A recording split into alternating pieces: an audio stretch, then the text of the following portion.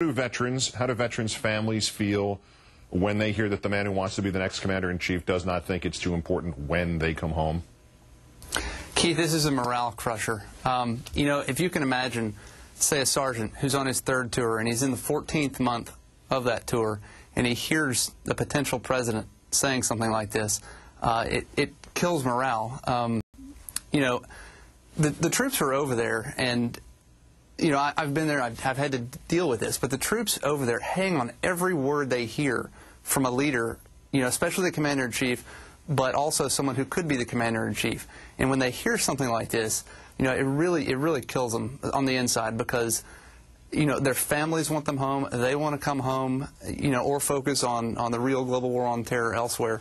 But this is really killer when you hear something like this. When I hear from servicemen or I talk to vets, more than anything else is their astonishment when generals or veterans like McCain or the brass, to use the general term there, don't get it. That of all people, these are the ones they naively thought would understand risk and sacrifice. Does it matter more that they are abandoned by a John McCain who did serve as opposed to a George Bush who did not?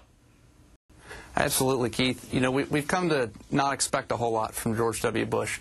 But when you have a veteran like John McCain who has gone through so much in Vietnam, you really expect a lot more out of him, because the way you see it as a soldier or a Marine or an airman or whatever is that John McCain should know better. You know, he's been in our shoes. He's had it worse than most of us, you know, but he should know better. And, you know, for those of us who've been there and who've lived through this, we just would expect a lot more, and it really saddens us, you know, to see this happen, because there are thousands and thousands of veterans who just disagree with him on this.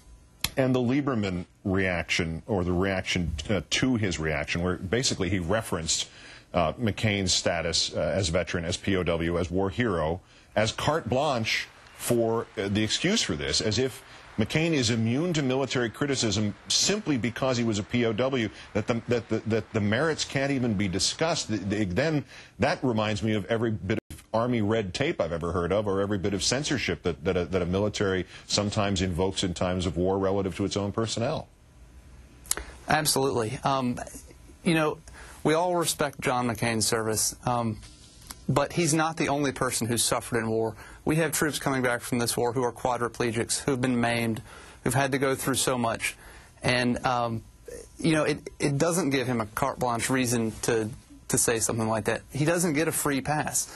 You know, we've been over there too. We've been in war too, and we know what it's like. And he doesn't get a free pass, especially from us, because we hold him to a higher standard. And, you know, all I can say is that we respect John McCain's service. All we ask in return is that he respect ours. And for many of the people I talk to who are on active duty or have just come off active duty but who have served over there, we don't feel like we're getting that a lot of the time.